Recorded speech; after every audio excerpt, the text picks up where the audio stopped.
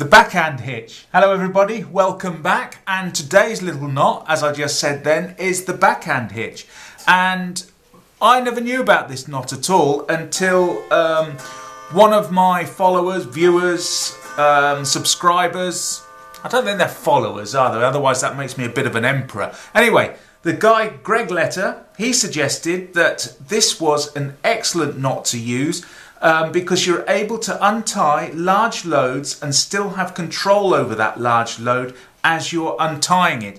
And it is, to be honest, it is a fantastic securing knot if you've got large loads. So if you're starting off with a load on a lorry or something like that, you can actually tie the backhand hitch into it and then go over your load and tie the rest of it, I assume, with your trucker's hitch or truckee hitch, etc. So that, you know, this is an absolutely fantastic and secure little knot, and to be honest, it's not used enough in this world. This knot should be in everybody's arsenal because it really is a fantastic and secure knot. And so what I will do is I will go ahead and untie this, and then I'll show you how to tie this knot, and I'll see you on the other side. So let's get knotting. Right, so to tie this knot, very simple. It's an absolutely simple knot to tie, and basically all you do is take your working end underneath the bar that you want to tie it to, so your tie down bar as such, bring it through, bring enough cordage through to work with it. So this is my working end, it's going round over the top and coming out here. Now the next thing that I want to do is I want to take my working end and I pass it underneath my standing end like so, and then take it this time over the bar. So we've taken it over the bar like so, and as you can see here now, we've got, well, what have we got? We've got what's known as the Munter Knot, and this is a very secure knot. I believe rock climbers use this knot, and as tension goes on the end, on the standing end of the rope, it's just very easy to control that tension with my working end here. But the next thing I do to secure this cord is I just put 2 half hitches in. So I go back over my standing end like so, pass it underneath once, go over again for a second time, pass it through like so, and there we have it. We have our backhand hitch, and that is not going anywhere. I could have done with a little bit more of a working end here, but I can adjust that later if I want to. But to undo it, very simple, and even when it's been under a heavy strain, it's easy to undo because all you're doing is just breaking that knot there. And even if there's a lot of strain, I'll put strain on here, but as I put strain on here, I can still undo my half hitch here like so, and I've still got control of my weight or load because it's actually been locked here at this point, and you can see it goes round here and it's been locked at that point.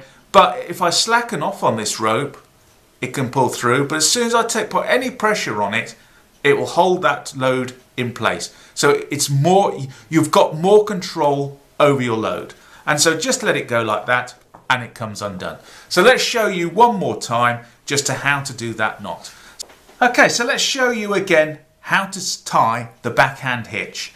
And basically all I'm going to do is take my working end like so, and I'm going to pass it underneath and then back over my bar. And I'm going to pull a fair bit through because I want a bit to work with as I'm tying it.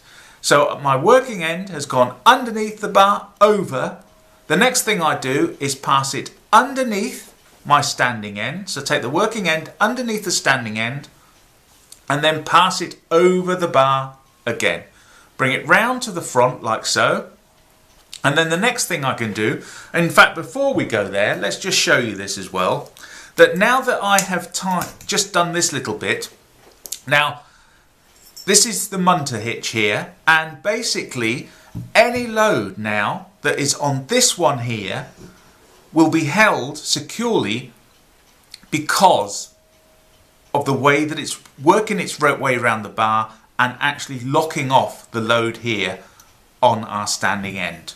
Okay, so the next thing that I do is I take my working end and pass it over my standing end and then once I've gone over my standing end like so, I pass it through that loop there to create my first half hitch. Like so, there's my first half hitch. And then go round again for a second time to create a second half hitch like so. And there we have it. We now have one backhand hitch, and that load is really secure and is not going anywhere. Now, if you feel as though you want a bit more security, you can go round again and put yourself a third half hitch in there and just draw it up tight against your bar there. Or the other thing that you could do is, if you're feeling a bit as though it's not as secure as you'd like, if I had a longer working end here, I could actually tie myself an overhand knot in it. I'm not sure I can do it, or maybe I can. Tie an overhand knot in it like so. There we go. So it's got an overhand knot in as well, and now that is really secure. So no matter how much it jiggles and wobbles, it's not going to come undone. So it's a great little knot for securing objects. And to be honest, I don't know why this knot isn't used more, because it is really a fantastic secure knot. And the other thing you'll notice as well, let's just put that half hitch back in again. But if I've got a lot of load on here, so I'll put load on here now, but because I'm controlling it with my working end here, whatever load I'm pulling with my right hand, my left hand is controlling it as I undo it, and then I can gently release and let the cordage pull through. And if something goes wrong, I can just pull it up tight and I have locked it in place there. And so there we have, that is the Munter hitch itself, which is incorporated in the backhand hitch itself. Okay, so once again, thank you very much for watching. If you enjoyed it, if you hated it, please leave me a comment. I answer all comments, and if you have any suggestions, like Greg did, I will do a video on it. Thanks very much then. See you next time. Bye-bye.